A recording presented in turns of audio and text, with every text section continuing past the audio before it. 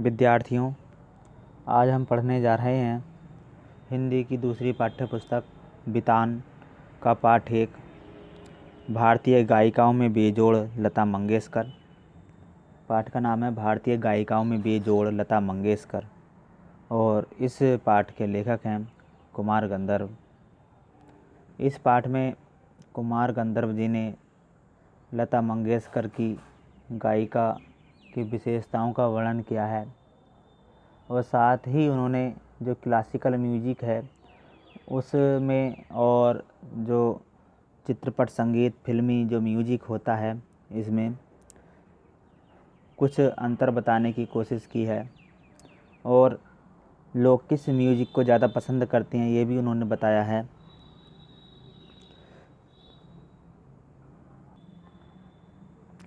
भारतीय गायिकाओं में बेजोड़ लता मंगेशकर। बेजोड़ का अर्थ होता है जिसका कोई जोड़ नहीं है, जिसके समान दूसरा नहीं है। तो पाठ के नाम से ही स्पष्ट करना चाहते हैं कुमार गंधर्व जी कि लता मंगेशकर के समान कोई और दूसरा गायक नहीं है, उनकी बराबरी कोई और नहीं कर सकता। कुमार गंधर्व जी जो हैं शास्त्रीय संगीत के गायक हैं, क्लासिकल म्यूजिक के गायक हैं कुमार गंधर्व, और इन्हें पद्म विभूषण और कालिदास सम्मान भी मिल चुका है। कुमार गंधर्व जी कहते हैं कि बरसों पहले की बात है, मैं बीमार था। उस बीमारी में एक दिन मैंने सहज ही रेडियो लगाया और अचानक एक अद्वितीय स्वर मेरे कानों में पड़ा। कह रहे हैं कुमार गंधर्व जी कि कुछ वर्षों पहले जब मैं बीमार था तो मैंने रेडियो ऑन किया और अचानक से एक बहुत मधुर, जिसके समान कोई दूसरा ना हो, ऐसा स्वर मेरे कानों में पड़ा और सुनते ही मैंने अनुभव किया कि यह स्वर कुछ विशेष है, कुछ अलग है, रोज़ का नहीं है। जो स्वर रोज़ का मैं सुनता हूँ ऐसा नहीं है, कुछ अलग है, कुछ विशेष बात है इसमें। यह स्वर सीधे मेरे कलेजे से जा भिड़ा, मेरी अंतरात्मा में पहुँच गया, मुझे अंदर तक झकझोर कर रख दिया। मैं तो हैरान हो गया, मुझे समझ में नहीं आ रहा था कि यह स्वर किसका है। मैं तन्मयता से सुनता ही रहा, यानी कि लेखक उस स्वर को मन लगा करके, ध्यान लगा करके सुनते रहे। गाना समाप्त होते ही गायिका का नाम घोषित किया गया। लेखक को गाना सुनते समय, जो संगीत था, जो गीत था, उसको सुनते समय लेखक के मन में ये जिज्ञासा उत्पन्न हो गई थी कि ये संगीत है किसका, ये गीत है किसका, कौन गा रहा है इतना मधुर संगीत। ये उसके मन में, लेखक के मन में जिज्ञासा आ गई थी। इसलिए लेखक उस गाने को तन्मयता से, ध्यान से सुन रहा था कि गाना समाप्त होगा और उसके बाद में जो इसके गायक हैं उनका नाम बताया जाएगा। ऐसा ही हुआ, गाना समाप्त हुआ और उसके बाद में गायिका का नाम घोषित किया गया, लता मंगेशकर। नाम सुनते ही लेखक चकित हो गया, मन ही मन एक संगति पाने का भी अनुभव हुआ। संगति मतलब उसके मन में एक ऐसा अनुभव हुआ कि लता मंगेशकर जैसी प्रसिद्ध मधुर गायिका का गाना सुनने का सौभाग्य प्राप्त हुआ। सुप्रसिद्ध गायक दीनानाथ मंगेशकर की अजब गायिका का एक दूसरा स्वरूप लिए उन्हीं की बेटी की कोमल आवाज़ में सुनने का अनुभव हुआ। अब लेखक को ये भी पता चल गया कि जो लता मंगेशकर हैं ये सुप्रसिद्ध गायक दीनानाथ मंगेशकर की बेटी हैं, जो उन्हीं की गायिका के समान कोमल आवाज़ में गाती हैं। आगे कहते हैं लेखक, मुझे लगता है बरसात के भी पहले के किसी चित्रपट का कोई गाना था। लेखक को सही से याद नहीं कि जो वह गाना था किस फिल्म का था, लेकिन यह बताते हैं लेखक कि बरसात जो फिल्म है उससे पहले की किसी फिल्म का कोई गाना था। तब से लता निरंतर गाती चली आ रही हैं और मैं भी उनका गाना सुनता आ रहा हूँ। लता के पहले प्रसिद्ध गायिका नूरजहाँ का चित्रपट संगीत में अपना ज़माना था। अब यहाँ पर देखिए कुमार गंधर्व नूरजहाँ जो उस समय लता से कुछ पहले के समय की एक प्रसिद्ध गायिका थी, उनका भी वर्णन करते हैं, उनका भी जिक्र यहाँ पर किया जाता है और कहते हैं कि लता के पहले प्रसिद्ध गायिका नूरजहाँ का चित्रपट संगीत में मतलब फिल्मी म्यूजिक में अपना ज़माना था, मतलब एक स्थान रहा था, परंतु उसी क्षेत्र में बाद में आई हुई लता उनसे कहीं आगे निकल गई। लता मंगेशकर से पहले स्थान पर कौन थी? प्रसिद्ध गायिका नूरजहाँ, और उनका स्थान अब ले लिया लता मंगेशकर ने। कला के क्षेत्र में ऐसे चमत्कार कभी कभी दिख पड़ते हैं, जैसे प्रसिद्ध सितारिये विलायत खां अपने सितार वादक पिता की तुलना में बहुत ही आगे निकल गए। ऐसे चमत्कार कभी कभी मिलते हैं कि पुत्र पिता से आगे निकल जाता है, गुरु शिष्य से आगे निकल जाता है। ऐसे चमत्कार बहुत कम देखने को मिलते हैं। इसका उदाहरण देते हैं कि प्रसिद्ध सितार वादक थे विलायत खां, और जो अपने पिता की तुलना में बहुत आगे चले गए थे। ऐसे ही लता मंगेशकर जो अपने पीछे की जो प्रसिद्ध गायिका थी, उनसे नूरजहाँ उनसे काफ़ी आगे निकल गई थी। आगे है, अब कहते हैं कुमार गंधर्व, मेरा स्पष्ट मत है कि भारतीय गायिकाओं में लता के जोड़ की गायिका हुई ही नहीं। लता के कारण चित्रपट संगीत को विलक्षण लोकप्रियता प्राप्त हुई है। यहाँ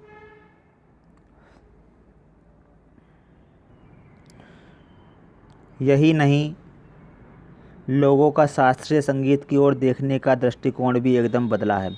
यहाँ एक शब्द आया है शास्त्रीय संगीत। देखिए, शास्त्रीय संगीत होता है जिसमें शब्दों को अधिक महत्व नहीं दिया जाता, शब्दों के अर्थ पर विशेष ध्यान नहीं दिया जाता।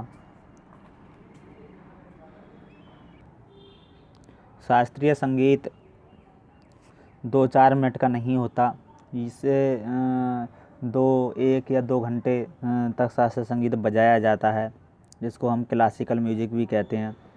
आजकल के लोग इसको पसंद नहीं करते हैं, उन्हें यह उबाऊ सा लगता है। क्यों? क्योंकि इसके बारे में उनको जानकारी नहीं होती, वो इसको समझ नहीं पाते, इसलिए वो ऊब जाते हैं और वह जो चित्रपट संगीत है, फिल्मी म्यूजिक है, उसी को ज़्यादा पसंद करते हैं।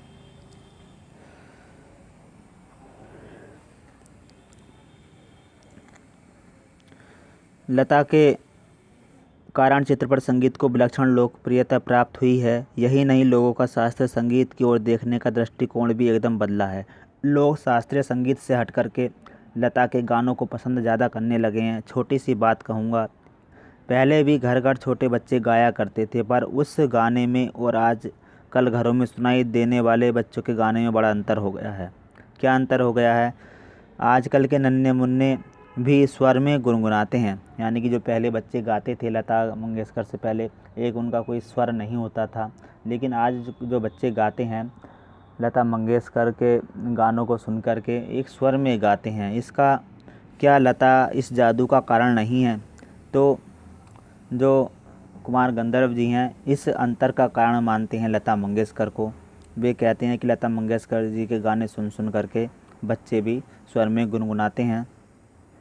कोकिला का स्वर निरंतर कानों में पड़ने लगे तो कोई भी सुनने वाला उसका अनुकरण करने का प्रयत्न करेगा। कोई भी अच्छी आवाज़ होती है तो हर कोई उसको दोहराना चाहता है, उसका अनुकरण करना चाहता है, ये स्वाभाविक ही है। चित्रपट संगीत के कारण सुंदर स्वर मालिकाएं लोगों के कानों पर पड़ रही हैं। संगीत के विविध प्रकारों से उनका परिचय हो रहा है, उनका स्वर ज्ञान बढ़ रहा है। सुरीलापन क्या है, इसकी समझ भी उन्हें होती जा रही है। तरह तरह की लय के भी प्रकार उन्हें सुनाई पड़ने लगे हैं और आकार युक्त लय के साथ उनकी जान पहचान होती जा रही है। साधारण प्रकार के लोगों को भी उसकी सूक्ष्मता समझ में आने लगी है।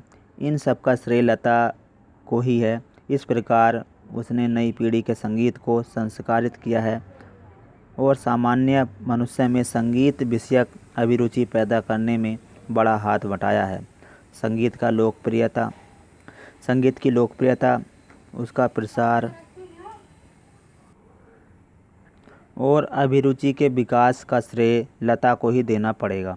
देखिए, कुमार गंधर्व जी कहते हैं, आज संगीत के क्षेत्र में बहुत कुछ परिवर्तन हुआ है।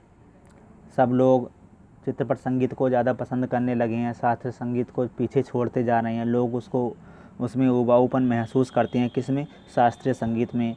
और इस सब परिवर्तन का कारण मानते हैं कुमार गंधर्व जी लता मंगेशकर को। वह कहते हैं कि लोग अब समझने लगे हैं, चित्रपट संगीत में रुचि लेने लगे हैं, उसको गुनगुनाने लगे हैं, उनके स्वर में एक लय आने लगी है, और इस सब का एक कारण है लता मंगेशकर।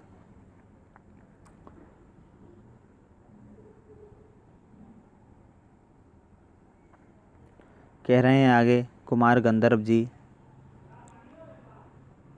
कि सामान्य श्रोता को अगर आज लता की ध्वनि मुद्रिका और शास्त्रीय गायकी की ध्वनि मुद्रिका सुनाई जाए, ध्वनि मुद्रिका अर्थात संगीत का जो तरीका है उसको सुनाया जाए, संगीत की लिपि को सुनाया जाए, लता का जो गाना है वह सुनाया जाए और शास्त्रीय संगीत को सुनाया जाए, तो लता की जो ध्वनि मुद्रिका है, लता का जो गीत है, संगीत है, उसको लोग ज़्यादा पसंद करेंगे। गाना कौन से राग में गाया गया और ताल कौन सा था, यह शास्त्रीय ब्यौरा इस आदमी को मालूम नहीं रहता। जो शास्त्रीय संगीत होता है उसमें तालों का ध्यान रखा जाता है, राग कौन सा है ये ध्यान रखा जाता है, लेकिन साधारण मनुष्य को तालों का ज्ञान नहीं होता, रागों का ज्ञान नहीं होता, इसलिए वह शास्त्रीय संगीत को सही से नहीं समझ पाता और वह उसको सुनना पसंद नहीं करता। लेकिन साधारण से साधारण मनुष्य भी लता मंगेशकर के गानों को समझ सकता है, इसलिए वह उसको अच्छे लगते हैं, उसमें रुचि दिखाते हैं। उसे इससे कोई मतलब नहीं कि राग मालकोस था और ताल त्रिताल। मालकोस ये शास्त्रीय संगीत का एक राग है, त्रिताल ये एक ताल है शास्त्रीय संगीत का। उसे तो चाहिए वह मिठास जो उसे मस्त कर दे। आजकल के व्यक्तियों को क्या चाहिए, साधारण मनुष्यों को क्या चाहिए? ऐसे गाने में मिठास चाहिए जो उसे मस्त कर दे, जिसका वह अनुभव कर सके, और यह स्वाभाविक ही है, क्योंकि जिस प्रकार मनुष्यता हो तो वह मनुष्य है, वैसे ही गानपन हो तो वह संगीत है। यानी कि मनुष्य के लिए क्या आवश्यक है? मनुष्यता। मनुष्यता मतलब एक ऐसा व्यक्तित्व जिसमें ईमानदारी हो, सच्चाई हो। और गाने के लिए क्या आवश्यक है? गानपन, मिठास। और लता का कोई भी गाना लीजिए तो उसमें 100% यह गानपन मौजूद मिलेगा। लता की लोकप्रियता का मुख्य मर्म यह गानपन ही है। लता के गाने की एक और विशेषता है, देखिए एक विशेषता क्या बताई? मिठास। क्या है लता के गानों में? मिठास है। और दूसरी विशेषता बताने जा रहे हैं कुमार गंधर्व जी, उसके स्वरों की निर्मलता। उसके पहले की पार्श्व गायिका नूरजहाँ भी एक अच्छी गायिका थी। पार्श्व मतलब उनके कुछ पहले की, उनके पास की नूरजहाँ भी एक अच्छी गायिका थी। इसमें संदेह नहीं, तथापि उसके गाने में एक मादक उत्तान दिखता था। मादकता मतलब मस्त करने की एक राग था नूरजहाँ के गानों में। और लता के स्वरों में कोमलता और मुग्धता दिखाई देती है। ऐसा दिखता है कि लता का जीवन की ओर देखने का जो दृष्टिकोण है वही उसके गायन की निर्मलता में झलक रहा है। हाँ, संगीत दिग्दर्शक मतलब म्यूजिक जो डायरेक्टर होते हैं, म्यूजिक डायरेक्टर ने उसके स्वर की इस निर्मलता का जितना उपयोग कर लेना चाहिए था उतना नहीं किया। कुमार गंधर्व जी कहते हैं कि जो म्यूजिक डायरेक्टर थे उस समय, उन्होंने लता के स्वर का उतना उपयोग नहीं किया जितना उनको कर लेना चाहिए था। मतलब कि लता के स्वरों का, लता की गायकी का पूरी तरह से उपयोग नहीं हो पाया। कहते हैं मैं स्वयं संगीत दिग्दर्शक होता, यानी कि मैं म्यूजिक डायरेक्टर होता तो लता को बहुत कठिन काम देता, ऐसा कहे बिना नहीं रहा जाता। ऐसा मुझसे कहे बिना नहीं रहा जाता कि यदि मैं म्यूजिक डायरेक्टर होता तो लता को इतना भारी गाने का इतना काम देता जिससे कि उनका जो गायन की क्षमता है पूरी तरह से उभर करके आती। लता के गाने की एक और विशेषता है उनका नाद में उच्चारण। नाद में मतलब तेज़ आवाज़ में, सुरीली तेज़ आवाज़ में गाना, ये उनके गाने की तीसरी विशेषता है। उसके गीत के किन्हीं दो शब्दों का अंतर स्वरों के आलाप द्वारा बड़ी ही सुंदर रीति से भरा रहता है और ऐसा प्रतीत होता है कि वे दोनों शब्द विलीन होते होते एक दूसरे में मिल जाते हैं। जब वे तेज़ आवाज़ में गाने का उच्चारण करती हैं, मधुर आवाज़ में गाने का उच्चारण करती हैं, तो जो गाने में किसी भी वाक्य में जो दो शब्द होते हैं उन शब्दों के बीच में जो अंतर होता है वह उस अंतर को बड़ी ही सरलता से समाप्त कर देती हैं। पता ही नहीं चलता कि इन शब्दों के बीच में कोई अंतर है, एक दूसरे में शब्द मिल जाते हैं। ये उनके गाने की तीसरी विशेषता है। इससे देखिए ये काफ़ी बड़ा चैप्टर है, तो ये हो गया इसका भाग 1 और इससे आगे का पार्ट भाग 2 में पढ़ेंगे। इससे संबंधित कुछ प्रश्न हैं जो आपको बता रहे हैं। पहला प्रश्न है, लेखक ने पाठ में गानपन का उल्लेख किया है। पाठ के संदर्भ में स्पष्ट करते हुए बताएं कि आपके विचार में इसे प्राप्त करने के लिए किस प्रकार के अभ्यास की आवश्यकता होती है।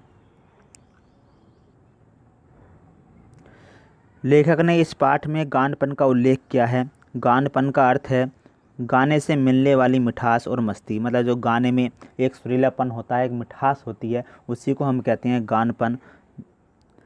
यह मिठास श्रोता को आनंदित करती है, जो मतलब उस गाने को सुनता है उसको आनंदित करती है, उसको प्रसन्न करती है। जिस प्रकार मनुष्य कहलाने के लिए मनुष्यता और होनी ज़रूरी है, उसी प्रकार संगीत में भी गानपन आवश्यक है। लता मंगेशकर के गायन में यही गानपन है जो 100% है और यही उनकी लोकप्रियता का आधार है। गानपन की विशेषता को प्राप्त करने के लिए नाद में उच्चारण करके गाने के कठिन नियमित अभ्यास की आवश्यकता होती है। अगला प्रश्न है, लेखक ने लता की गायकी की किन विशेषताओं को उजागर किया है। आपको लता की गायकी में कौन सी विशेषताएं नज़र आती हैं, उदाहरण सहित बताइए। देखिए लता की गायकी की विशेषताएं बताई हैं इस पाठ में। तो लता की गायकी की विशेषताएं हैं गानपन यानी कि सुरीलापन, उनके स्वरों की निर्मलता, नाद में उच्चारण मतलब तेज़ आवाज़ में, सुरीली आवाज़ में गाना और उच्चारण की शुद्धता, कोमल व श्रृंगार की अभिव्यक्ति, कोमलता व श्रृंगार की अभिव्यक्ति, ये इनकी गायकी की विशेषताएं हैं लता मंगेशकर की।